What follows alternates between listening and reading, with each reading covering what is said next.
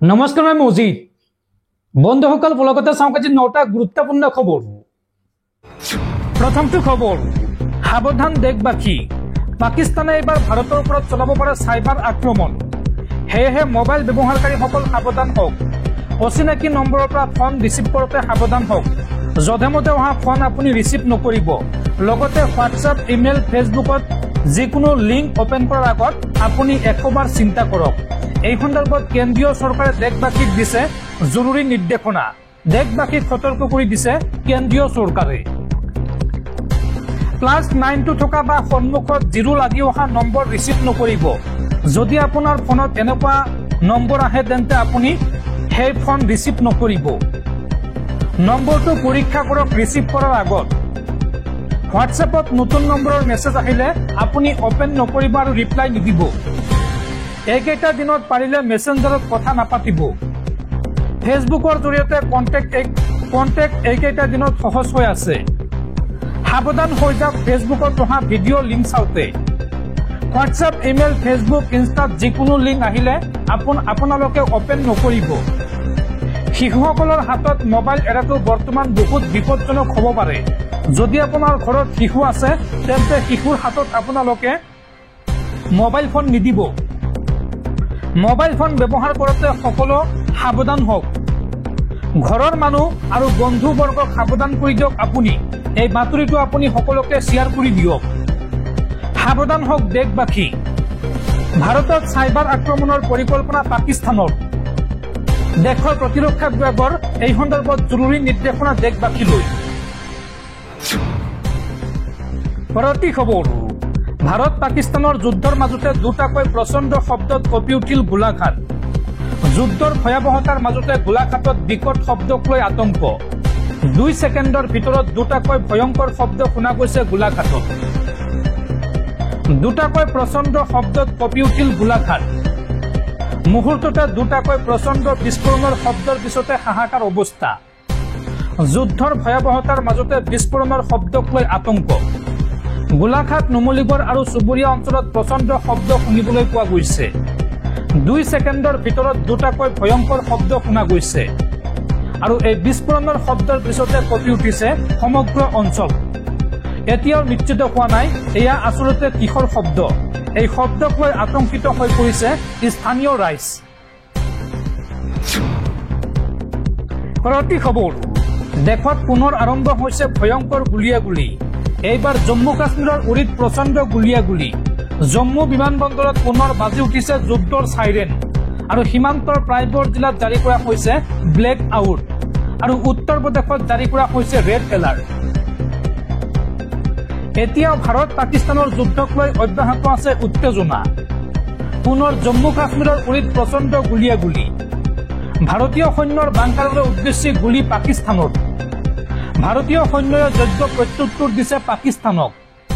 লগতে জম্মু বিমানবন্দৰত পুনৰ বাজি উঠিছে যুদ্ধৰ চাইৰেন। বন্ধ কৰি দিয়া হৈছে বিমানবন্দৰৰ চৌদিশৰ দোকান পোহাৰ। বাসিন্দাসকলক লৈ যোৱা হৈছে সুৰক্ষিত স্থানলৈ। উৰিৰ বাসিন্দাসকলকো নিয়া হৈছে সুৰক্ষিত স্থানলৈ। সীমান্তৰ প্ৰায়বোৰ জিলাত জাৰি কৰা হৈছে ব্লেক আউট। আক্ৰমণ প্ৰত্যাক্ৰমণৰ মাজতে 3 সেনা প্ৰধানৰ সৈতে জৰুৰী বৈঠক প্ৰধানমন্ত্ৰী মোদীৰ। আৰু এই বৈঠকত উপস্থিত থাকে CDS নিৰাপত্তা উপদেষ্টা অজিত ডোভালো। যুদ্ধৰ দামামাৰ মাজতে 7 বজাৰ লগে লগে চণ্ডীগড়ত বন্ধ কৰি দিয়া হৈছে বজাৰ সমাৰ। নিশা 7 বজাৰ লগে লগে বন্ধ কৰি দিয়া হৈছে বজাৰ সমাৰ।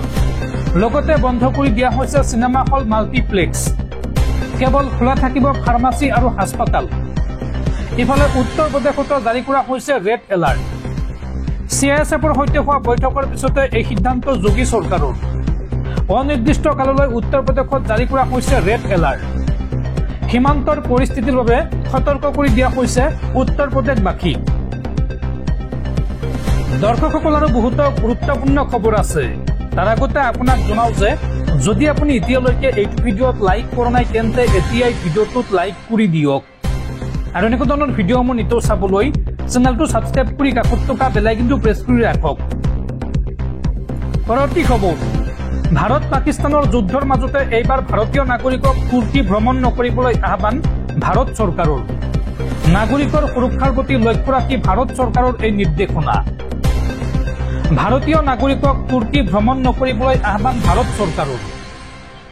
নাগৰিকৰ সুৰক্ষাৰ প্ৰতি লক্ষ্য ৰাখি এই নিৰ্দেশ ভাৰত চৰকাৰৰ। ভাৰত পাকিস্তানৰ যুদ্ধৰ মাজতে তুৰ্কীৰ সহায়ৰ হাত পাকিস্তানলৈ। তুৰ্কীয়ে পাকিস্তানলৈ প্ৰেৰণ কৰিছে যুদ্ধ জাহাজ আৰু যাৰ বাবে ভাৰতীয় নাগৰিকক তুৰ্কী ভ্ৰমণ নকৰিবলৈ আহ্বান জনাইছে ভাৰত চৰকাৰে। অতি সংগোপনে পাকিস্তানক তুৰ্কীয়ে সহায় কৰি আহিছে। পাকিস্তানক তুৰ্কীয়ে যোগান ধৰিছে যুদ্ধ জাহাজ, যাৰ পৰিপ্ৰেক্ষিতত এতিয়া ভাৰতীয় নাগৰিকসকলক তুৰ্কী ভ্ৰমণ নকৰিবলৈ আহ্বান জনাইছে ভাৰত চৰকাৰে। ভাৰতীয় নাগৰিকসকলক তুৰ্কী ভ্ৰমণ নকৰিবলৈ এই আহ্বান জনাইছে ভাৰত চৰকাৰে।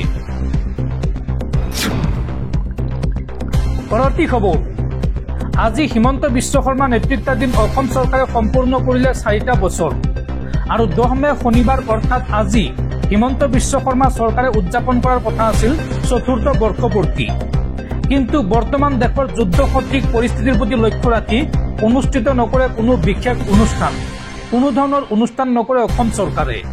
মুখ্যমন্ত্ৰী হিমন্ত বিশ্ব শৰ্মাই কেৱল সম্বোধন কৰিব এখন সংবাদমেল। এই কথা জনাইছে ৰাজ্যৰ মুখ্যমন্ত্ৰী ডক্টৰ হিমন্ত বিশ্ব শৰ্মাই। পৰৱৰ্তী খবৰ। ভাৰত পাকিস্তানৰ যুদ্ধত পুনৰ শ্বহীদ হল এগৰাকী সেনা জোৱান। জম্মু কাশ্মীৰত পাকিস্তানী সেনাই চলোৱা আক্ৰমণত শ্বহীদ হৈছে এইগৰাকী সেনা জোৱান। শ্বহীদ সেনা জোৱানজন হৈছে এম মুৰলী নায়ক। সত্যসাই জিলাৰ কালিথান্দাত ঘৰ শ্বহীদ জোৱানজনৰ। অপাৰেশ্যন সিন্দুৰৰ মাজতে বুধবাৰে শ্বহীদ হয় এই জোৱানজন। অন্ধ্ৰপ্ৰদেশৰ ৰাজ্যপালে সদৰি কৰিছে এই কথা। পৰৱৰ্তী খবৰ।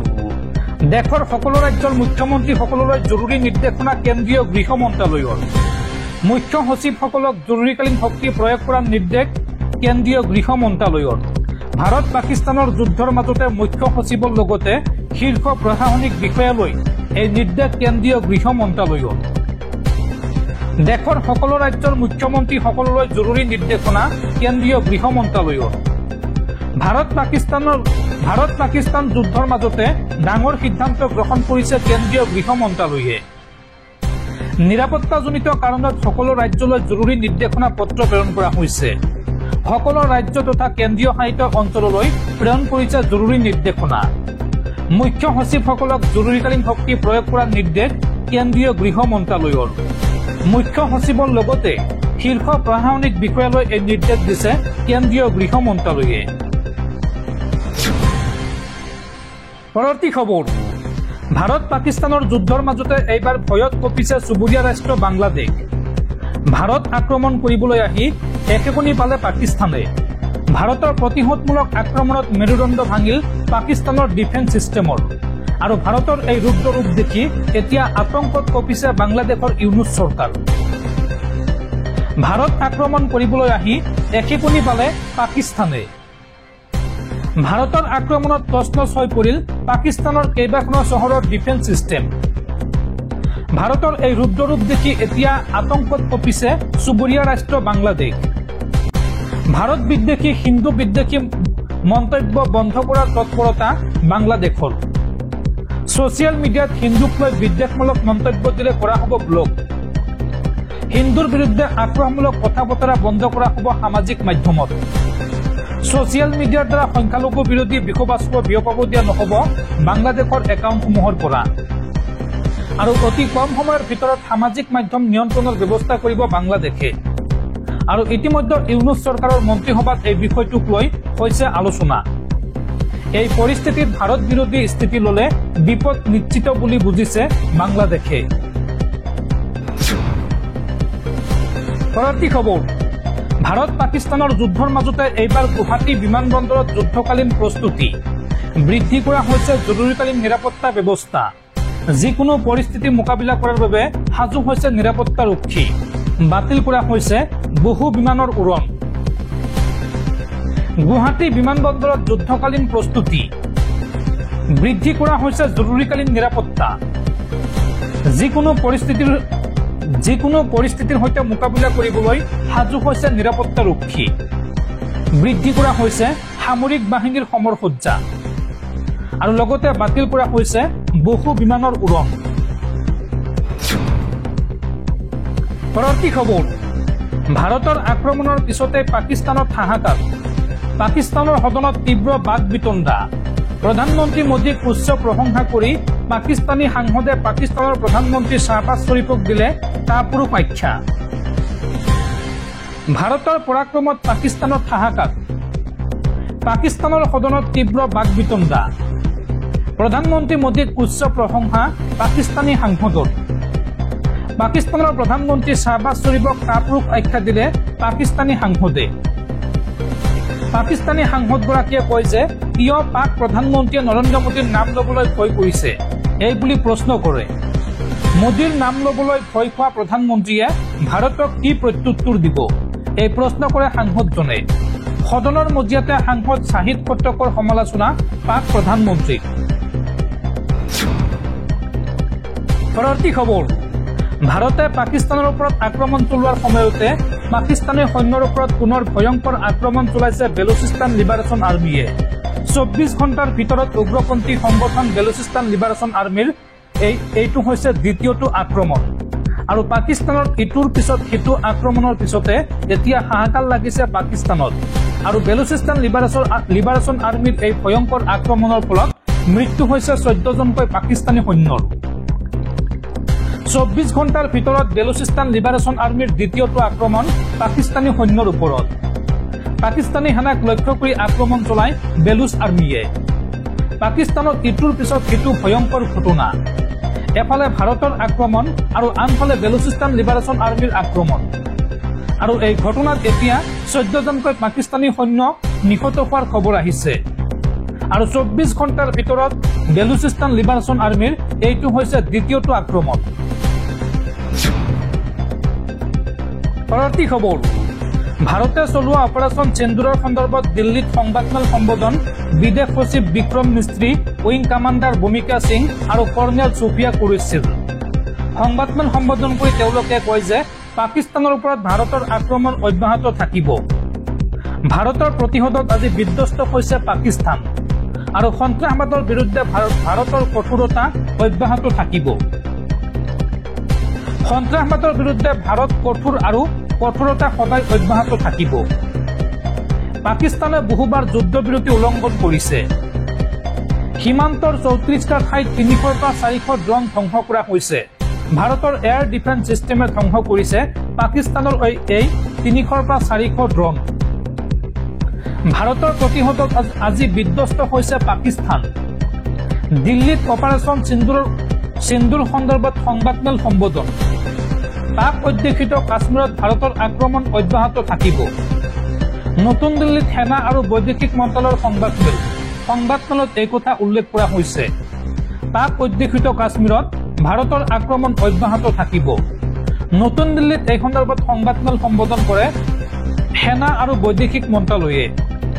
বিদেশ সচিব বিক্ৰম মিস্ত্ৰীৰ উপস্থিতিত এই সংবাদমেল সম্বোধন কৰা হয়। লগতে উইং কামাণ্ডাৰ ভূমিকা সিং আৰু কৰ্ণেল সুফিয়া কুৰেশ্বীও এই সংবাদমেলত উপস্থিত থাকে। তেওঁলোকে কয় যে ভাৰতে পাকিস্তানক দিয়া প্ৰত্যুত্তৰ অব্যাহত থাকিব। পাকিস্তানী সেনাই ভাৰতৰ জনসাধাৰণৰ ওপৰত আক্ৰমণ কৰিছে আৰু আজি বিশ্বৰ সন্মুখত মিছা মাতিছে পাকিস্তানে। সংবাদমেল সম্বোধন কৰি এই মন্তব্য কৰিছে ভাৰতে।